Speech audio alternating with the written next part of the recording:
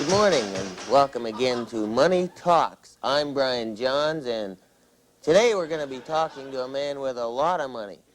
He's William E. Douglas, the vice president and chairman of the Efron Corporation, which is a large holding company which controls over $30 billion in assets.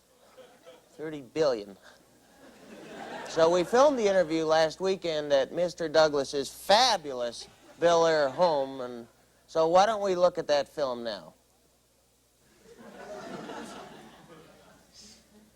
Well, here I am at the fabulous estate of Mr. William E. Douglas. And Mr. Douglas, this real big house you got here, how much would a place like this cost?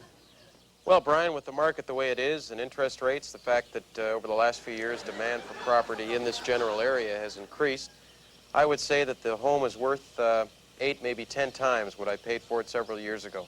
And how much was that exactly? Well, it was under $500,000, Brian, but we have 40 acres. $500,000, so $500,000 times 10 would be, $5 million? I would say under $5 million, Brian. But the point is that real estate can be a sound investment, and I've always believed that. Is it very difficult to become rich? I'm sorry? I mean, were you rich when you were my age, or when did you become rich? Well, it's certainly not a rags to riches story, Brian, that there will always be a disparity. You see, Brian, the relative value of a good or a service is dependent upon the supply and demand within the marketplace. Ah, Milius. Yes, sir. I would like some ice water. Very good, sir. You, sir? I'll have a Pepsi. Very good, sir. Thank you, Milius. Are servants expensive? Like, what would you pay that guy? How much would a pool like this cost?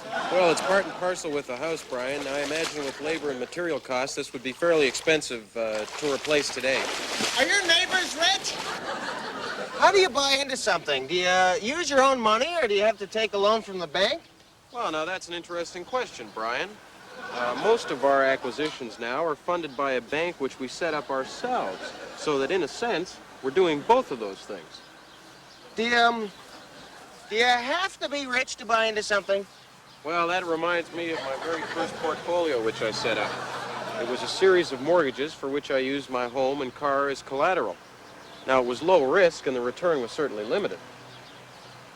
Do you know, is there a cheaper one that someone like me could buy into, for instance? Well, a good broker could recommend a series of investments for you, Brian. Mrs. Douglas said 5 o'clock, Eric, so that should work out perfectly. Very well, sir. Goodbye, Brian.